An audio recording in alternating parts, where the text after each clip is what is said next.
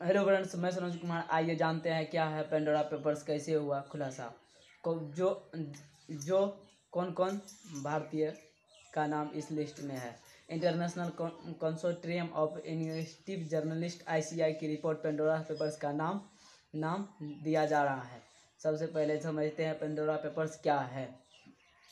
Pandora papers 114 global corporate firms की 1,19,00,000 leak फाइलें हैं। इस लीक फाइलें को पेंडोरा पेपर्स कहते हैं। आइए जानते हैं पेंडोरा पेपर्स में क्या क्या लीक हुआ। 64,06,119 डॉक्यूमेंट, 29,37,513 इमेज यानी फ़ोटो, और 12,05,716 ईमेल, और 4,67,405 स्प्रेड शीट, और 1,421 वीडियो फाइल्स, और 3,497 ऑडियो फाइल्स, और 8,511 प्रेजेंटेशन, और 8,73,494 अन्य फाइल्स है। 2.994 टेराबाइट डेटा की 14 सोर्सेज लीक हुआ। इनमें कौन कौन नाम शामिल है। इस लीक में 90 देशों के 330 लोगों के नाम और रूस के राष्ट्रपति व्लादिमीर पुतिन के भी नाम है। आइए इस लिस्ट में किस भारतीय का नाम है। इस लिस्ट में जिन भारतीयों का नाम है उनमें सचिन तेंदुलकर सबसे बड़े नाम है, और सचिन तेंदुलकर के उनकी पत्नी अंजलि, और उसके बाद उसके ससुर आनंद मेहता, बिजनेसमैन अनिल अंबानी के साथ साथ कुछ नेताओं के नाम भी शामिल है। इसके साथ नीरव मोदी, उनकी बहन किरण मजूमदार, शॉ और जैसे बिजनेसमैन पर्सन भी इस लिस्ट में है। साथ ही एक्टर जैकी श्रॉफ और गांधी परिवार से जुड़े सतीश वर्मा कॉर्पोरेट लिमिटेड नीरा राडिया भी इसका हिस्सा है। ये कंपनियां और ट्रस्ट क्यों बनाए गए। पेंडोरा पेपर्स की जांच के बाद सामने आया कि अमीरों ने ट्रस्ट के जरिए विदेशों में अपनी वित्तीय देन की जानकारी छिपाई। इनमें से कई पहले से ही वित्तीय एजेंसी निगाह है कि इनकी दो बड़ी वजह है कि निवेश किस तरह किया गया। दूसरे देशों में निवेश किस तरह किया गया।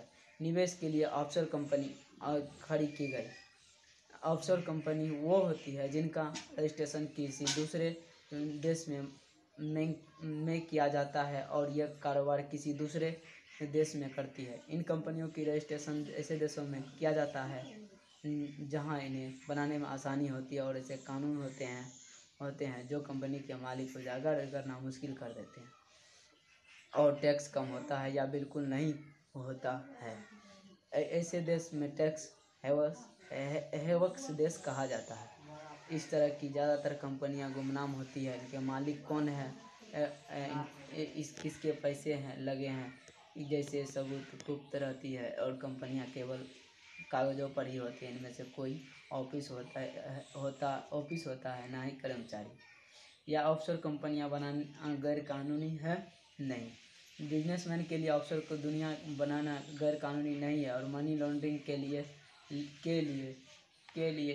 किया जाता है। इसीलिए आशंका जताई जा रही है कि जिन लोगों के इस लिस्ट में नाम है वो पब्लिक फिगर है, और टैक्स चोरी और भ्रष्टाचार के खिलाफ कैंपेनिंग करते हैं। इस पूरे घोटाले का खुलासा कैसे हुआ। पेंडोरा पेपर्स से जुड़े पूरे डेटा के वर्षन के international consortium of इन्वेस्टिव journalist (ICI) ने जारी किया। ICI दुनिया भर के 140 से ज़्यादा मीडिया ऑर्गेनाइजेशन के साथ मिलकर इस ग्लोबल इन्वेस्टिगेशन पर पिछले 2 साल से काम कर रहा था। पूरे इन्वेस्टिगेशन में दुनिया भर में 650 से ज़्यादा पत्रकार शामिल है। ये घोटाला कितना बड़ा है। ICI के अनुमान के मुताबिक ऑफशोर कंपनियां निवेश के लिए कुल रकम 4,17,032 लाख रुपये से लेकर के 2,384.44 लाख करोड़ तक हो सकती है। हालांकि ये केवल अनुमान है। भारत सरकार ने इस पूरे मामले पर क्या कहा?